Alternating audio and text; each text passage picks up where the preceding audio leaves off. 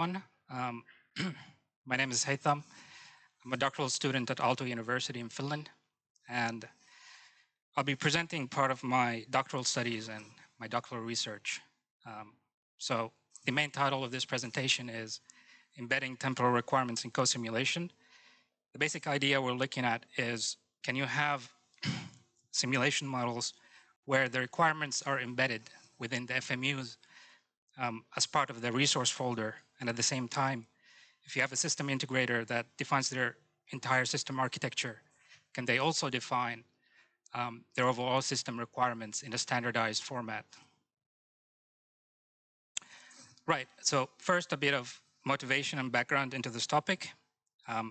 We think of co-simulation as a way of enabling a more collaborative approach between component manufacturers and system designers. And so we think of a paradigm where you can have component manufacturers who define their simulation models and embed the requirements within them and maybe deploy those in some cloud, and for the system integrators to have the ability to then define their overall system architecture. And then maybe you can have a system whereby you can loop through all the available components and maybe reach some kind of an optimal design. So it's this two-way collaborative approach between the system integrator and at the same time the component provider. Right, so for the component providers, we use the FMI standard. And for the system integrator, we've been looking at the SSP standard so far. So if you want to define the requirements in a standardized format that is shareable, and they come from different manufacturers, obviously you want to have a standard way by which the requirements are shared so that the target platform understands how the requirements are defined. And to accomplish this, we have basically 4 objectives. First, the requirements must be written in a standardized format. Second, they should be queryable and shareable. Queryable as in if you have larger systems with maybe hundreds of requirements, you should be able to extract some relevant requirements for the simulation you want to run.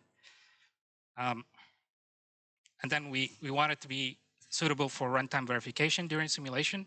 So when you start simulating your model using some simulator, we want you to get at the end a verdict of whether these components and the specifications they have met the system, the overall system requirements, and then you get a pass or fail, and then which components did not meet the specified requirements.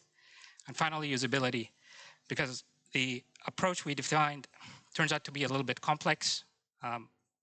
So it's not really usable out of the box by engineers.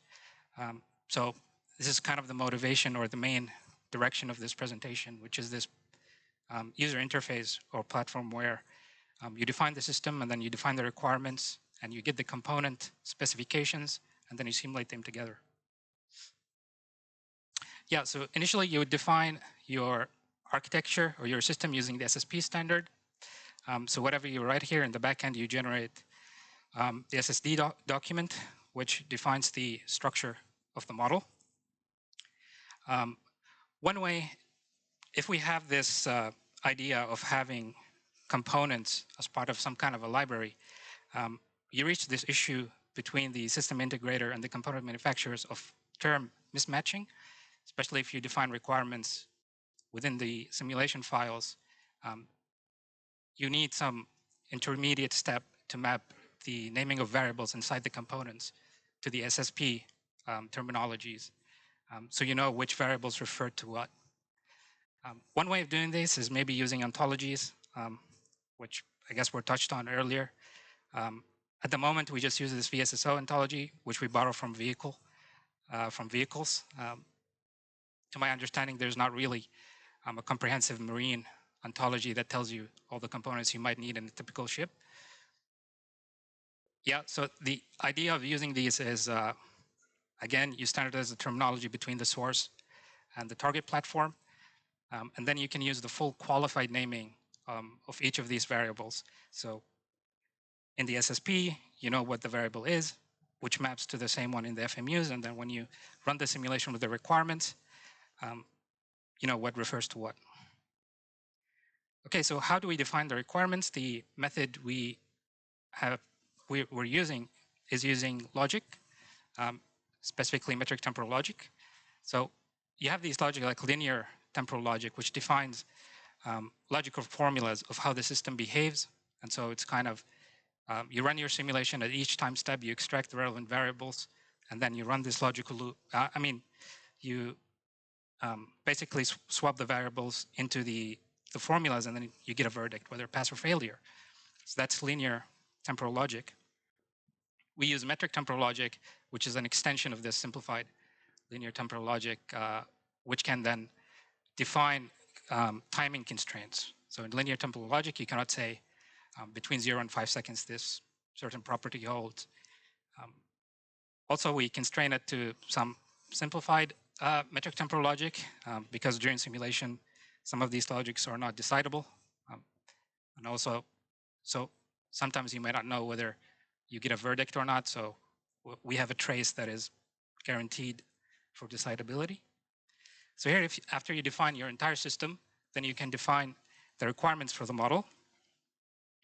Again, using this metric temporal logic. You have these modalities in this logic.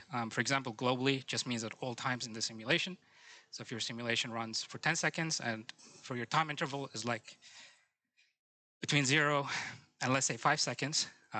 So this logical formula, which is this input model,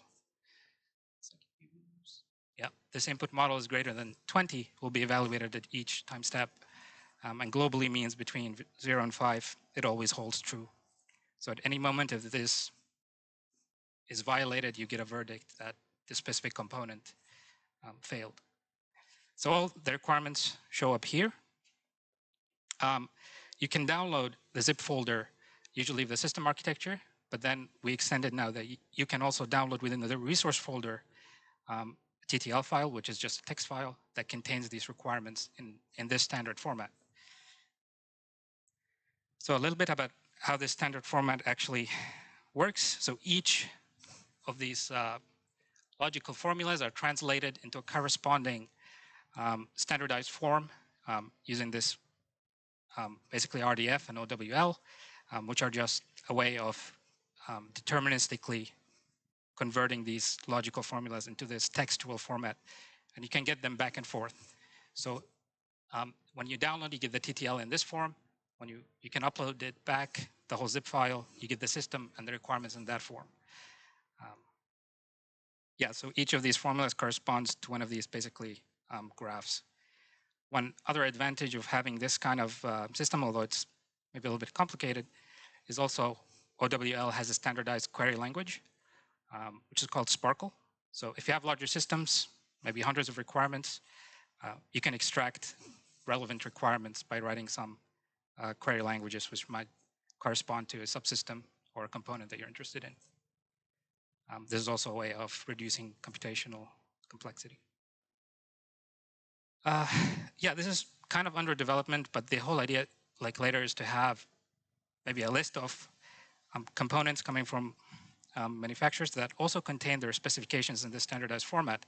And then when you select one of these simulation models and embed them within this SSP, the requirements then of those models show up here.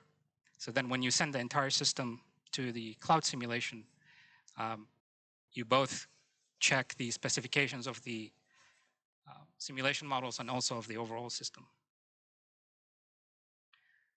This is the basic overall idea. You would have the system architecture and the SSP standard. Within it, you have the system requirements.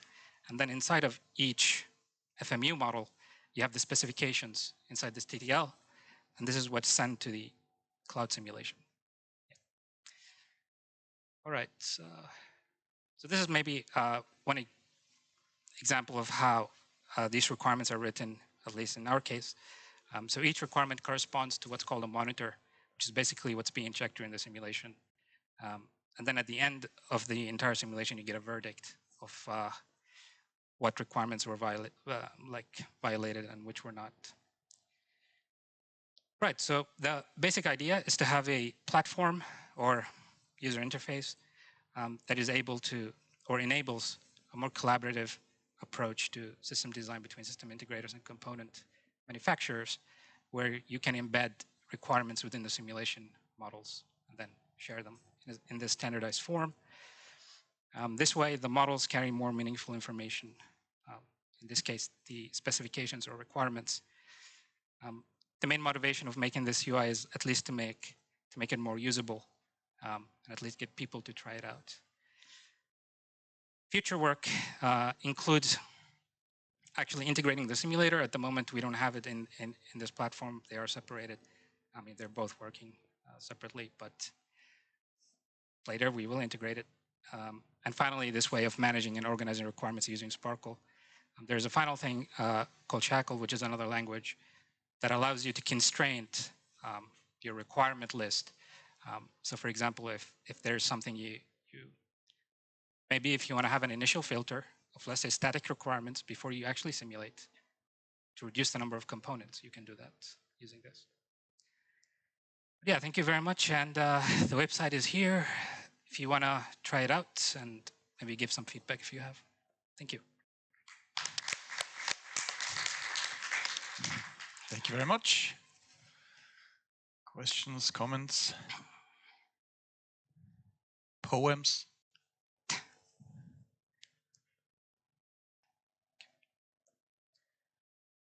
I'm not an expert, but I stumbled across something called signal temporal logic, which I guess is not exactly the same, but very related. They are related. Signal temporal logic has like an advantage where if you have a violation, you can get you can quantify how bad the violation is. In metric temporal logic, you just get a pass or fail kind of thing. Because I stumbled across this in one of the research projects I mentioned in the beginning of today. In terms of figuring out how we can do adaptive stress testing with co-simulation. And then some of the adaptive stress testing approaches were with signal temporal logic, so you get some information on what went wrong, how your system failed. Yeah.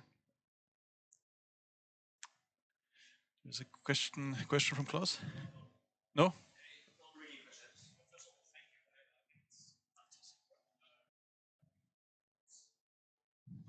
Yeah, contributes well. Also on the journey to have more quality and have more assurance and being able to automate that. And I think I'd really like to talk, or we likely, because thinking about this could be also a way to have contract-based design.